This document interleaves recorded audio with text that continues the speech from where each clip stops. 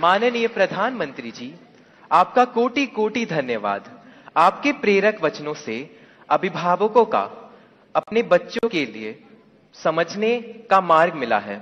मान्यवर के दबाव में न रहें, हम गांठ बांधकर परीक्षा में उत्साह बनाए रखेंगे। आपका धन्यवाद।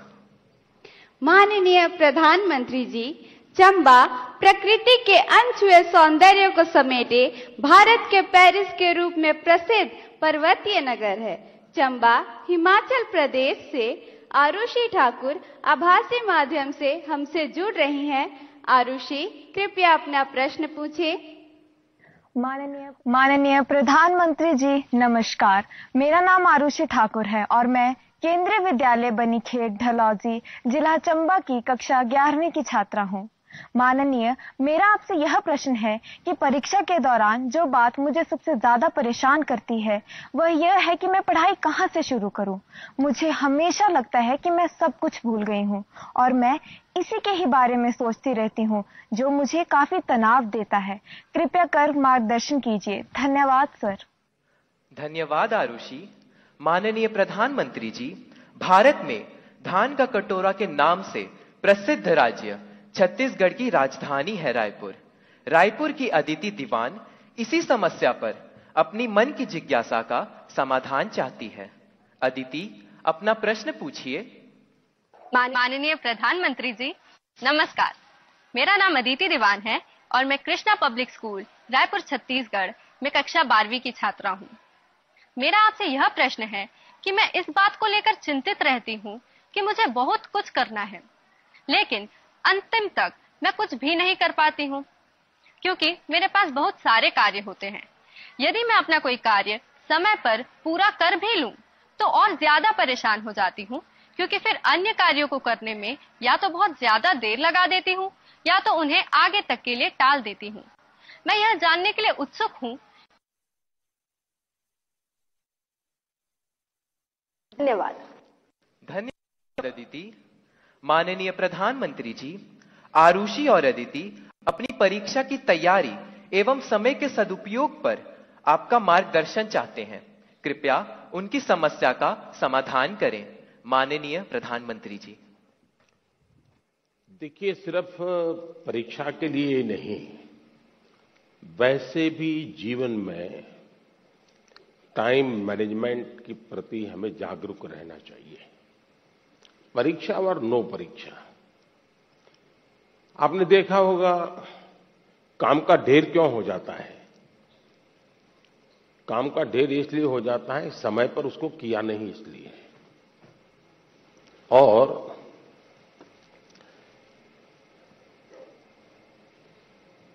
काम करने की कभी थकान नहीं होती है जी। काम करने से संतोष होता है।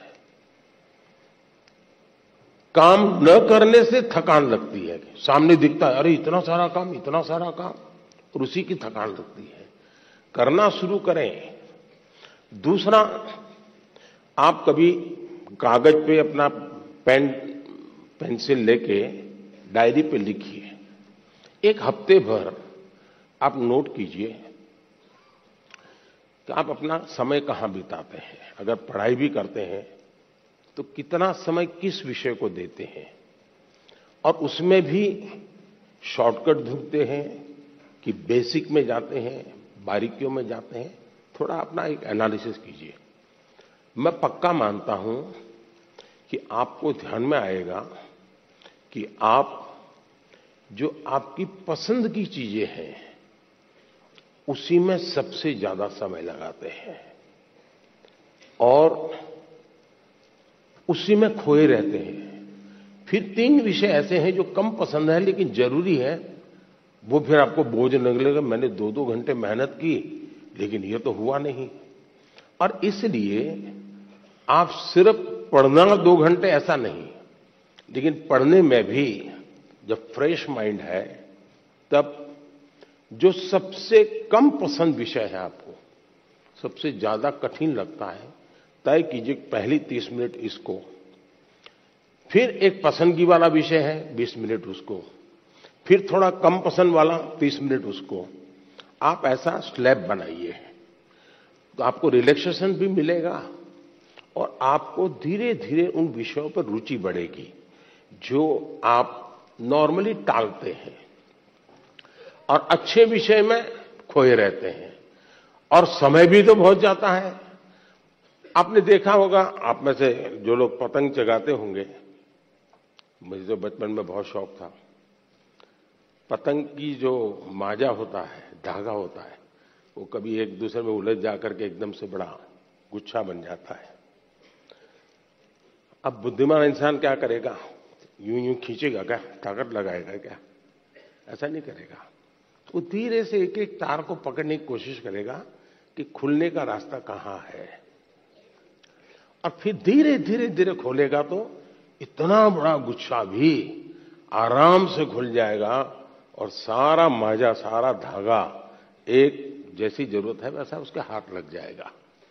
हमें भी उस पर जोर जबरदस्ती नहीं करनी है, आराम से सॉल्यूशन निकालना है। और अगर आराम से सॉल्यूशन निकालेंगे तो मुझे पक्का विश्वास है कि आप उसको बड़े ढंग से करेंगे। दूसरा, आपने कभी घर में अपनी मां के काम को ऑब्जर्व किया है क्या? यूं तो आपको अच्छा लगता है कि जैसे स्कूल से आए तो मां ने सब रेडी करके रखा था, सुबह स्कूल जाना था तो मां ने सब तैयार करके रख दिया था।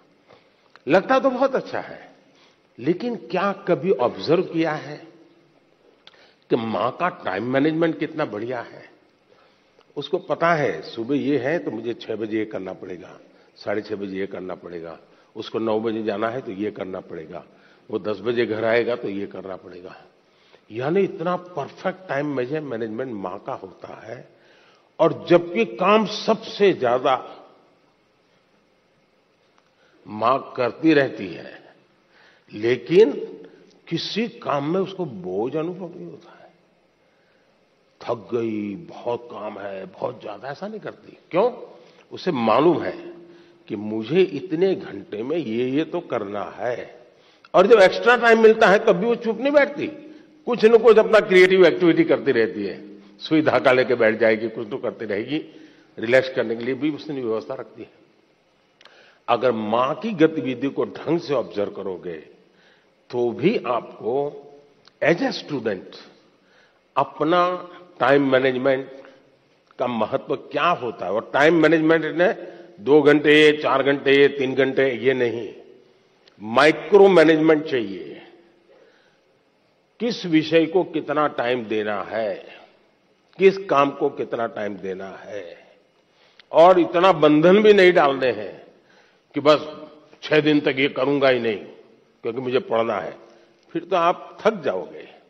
आप ढंग से उसको डिस्ट्रीब्यूट कीजिए समय को, जरूर आपको लाभ होगा।